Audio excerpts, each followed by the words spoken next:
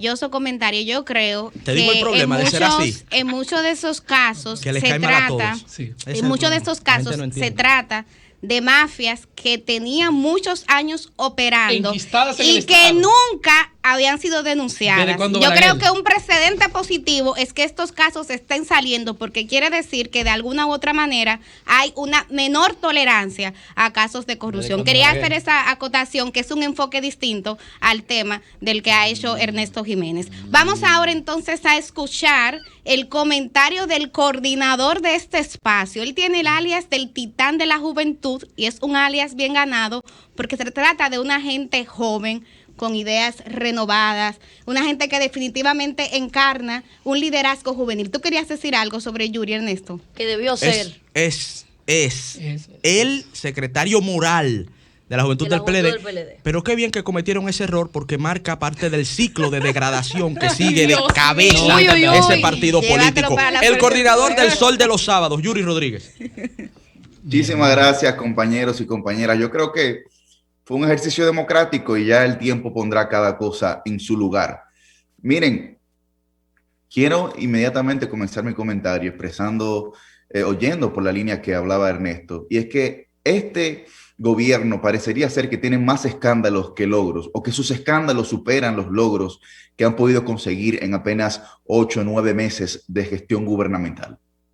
Y quiero hablar primero del tema del toque de queda, que se ha extendido hasta el próximo 30 de mayo del presente mes.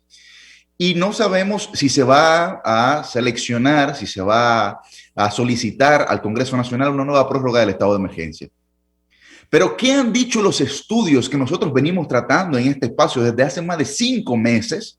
Inclusive que la propia OMS, la Organización Mundial para la Salud, ha rectificado su posición sobre los confinamientos y sobre las cuarentenas, y es que resultan inefectivos frente al combate contra el coronavirus o contra la pandemia. Nosotros hemos mencionado aquí que se puede realizar un híbrido si el gobierno, si el Estado entiende que todavía debemos estar en estado de emergencia, porque nosotros bajo ninguna circunstancia estamos promoviendo la irresponsabilidad de la actuación ciudadana o de la propia actuación gubernamental, sino todo lo contrario. Pero ese modelo híbrido que nosotros hemos estado proponiendo durante ya demasiado tiempo, hasta el hartazgo, es precisamente que se coloque un tope horario en términos comerciales y que se permita el libre tránsito, como ha ocurrido en la mayoría de los países del mundo. Pero además, me surge la cuestionante sobre la coherencia entre las palabras y las acciones de un hoy gobierno que antes fue oposición y que obligó inclusive durante el mes de julio a que quienes eran gobierno no solicitaran el estado de emergencia y que se hicieran eco de las facultades de la Ley General de Salud para poder colocar las restricciones a la ciudadanía. ¿No lo recuerdan eso? ¿Es que acaso queremos vivir de la memoria y del recuerdo simplemente cuando nos es beneficioso a la posición que nosotros estamos defendiendo? No.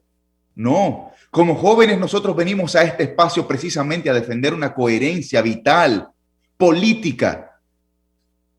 ¿Cómo va a ser que nos sigan diciendo que el toque de queda se va a seguir extendiendo? ¿Hasta cuándo? ¿Cuál es el plan a partir de ahí?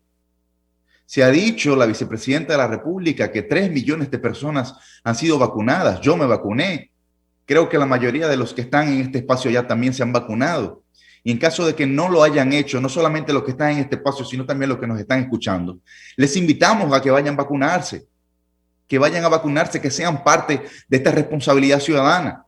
Ahora bien, no podemos seguir cortando la soga por el lado más delgado. Nosotros estamos viendo, y yo aquí les voy a mencionar sobre un cuadro comparativo de los precios de agosto del 2020 a mayo del 2021. Mucho hemos hablado sobre los factores que inciden ciertamente en la alza de esos precios. Pero miren, el aceite, por ejemplo, estaba el aceite jumbo de un galón, o pongamos el aceite de un galón, estaba entre 130 pesos, ahora está en 600 pesos. El aceite de medio galón estaba en 145 pesos, ahora está en 295 pesos, por un incremento de 150 pesos y en términos porcentuales de 103.45%. El arroz de libra pasó de 25 pesos a 35 pesos, aumentando en un 40% su precio. El azúcar pasó de 20 pesos a 35 pesos, aumentando el 75% su precio. Los fideos, los espaguetis, los macarrones, como usted quiera decirle, también pasaron de 20 a 35. La habichuela roja de 50 a 90. El pollo de 50 a 75 pesos para un aumento del 50%. La sal de 5 a 10 pesos. Los huevos de 5 a 7 pesos.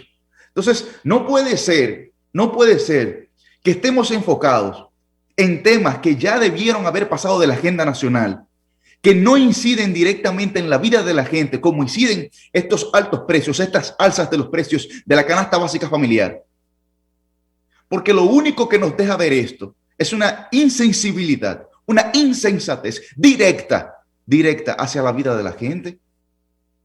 ¿Y hasta qué momento va a hacer esto? Quiero colocar en el mismo escenario el segundo tema, que es sobre el regreso a las clases, junto con lo del toque de queda. ¿Y por qué el regreso a las clases? Bueno, mucha gente ha dicho, bueno, se aperturan el 25 de mayo, ¿ya para qué vamos a volver a las clases? ¿Cómo que para qué, señores? El Ministerio de Educación, y también lo hemos mencionado en este espacio, no presentó primero un diagnóstico de acceso a la educación a distancia, que no fue principalmente virtual, sino a través de los medios tradicionales lo que generó esa distancia, ¿no? No presentó un diagnóstico de acceso. Es decir, ¿cuántos estudiantes de los que están matriculados en el Sistema Nacional de Educación pudieron acceder a esa educación? ¿Cuántos? Nadie sabe. Nadie sabe, nadie tiene conocimiento de esa información. Pero posterior a eso debieron hacer un diagnóstico sobre la calidad pedagógica de las herramientas que se estaban ofreciendo en esa educación a distancia. Tampoco tenemos conocimiento de esa calidad. Entonces se tiene que volver rápidamente a las aulas para que se pueda implementar un plan de nivelación intensivo en el que los estudiantes puedan tratar de recuperar lo más posible. Porque este año ha sido un año perdido que comenzó el 2 de noviembre del 2020 y que todavía al día de hoy no se conoce cuál es la realidad educativa de la República Dominicana. La pandemia, ciertamente, y la educación a distancia puso más en evidencia las inequidades sociales que nosotros tenemos como país. Además, la brecha educativa y la brecha digital que se ha generado a partir de esa razón es abismal. Ya hemos mencionado que en el caso de educación superior, el propio ministro de Educación Superior, Ciencia y Tecnología mencionó que en el pasado septiembre el 70% de los estudiantes de nuevo ingreso desertaron las universidades.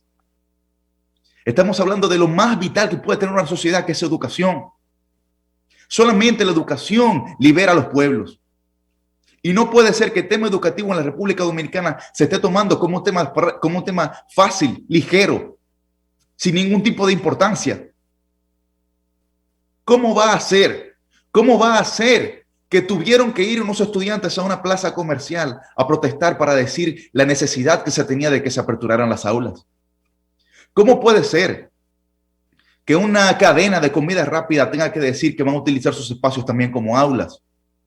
¿Cómo puede ser que hace varios meses las escuelas abrieron de forma clandestina para dar clases, con los bares abiertos, con las discotecas abiertas, con los teatros abiertos, con los restaurantes abiertos, con todos los sitios de esparcimiento abiertos? Entonces no puede ser que ese sea el criterio de un Estado, colocando la educación por debajo de cualquier otra cosa. El turismo abierto. ¿Cuáles han sido las facilidades que se le han dado al turismo desde el inicio de la pandemia? Hasta llegar inclusive a ofrecer préstamos, que no lo vemos mal, es positivo, pero no puede ser en esa medida que se coloque como principal objetivo el factor económico comercial sobre la educación, sobre un esfuerzo que se ha venido haciendo desde hace ya más de 8 años.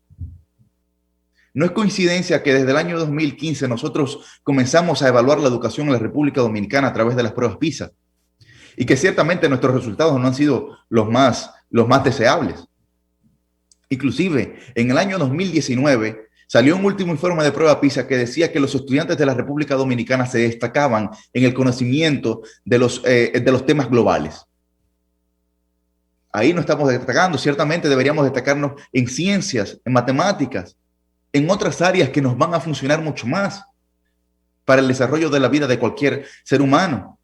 Sin embargo, yo creo que el trato que se le ha dado a la educación en la República Dominicana ha sido fatídico.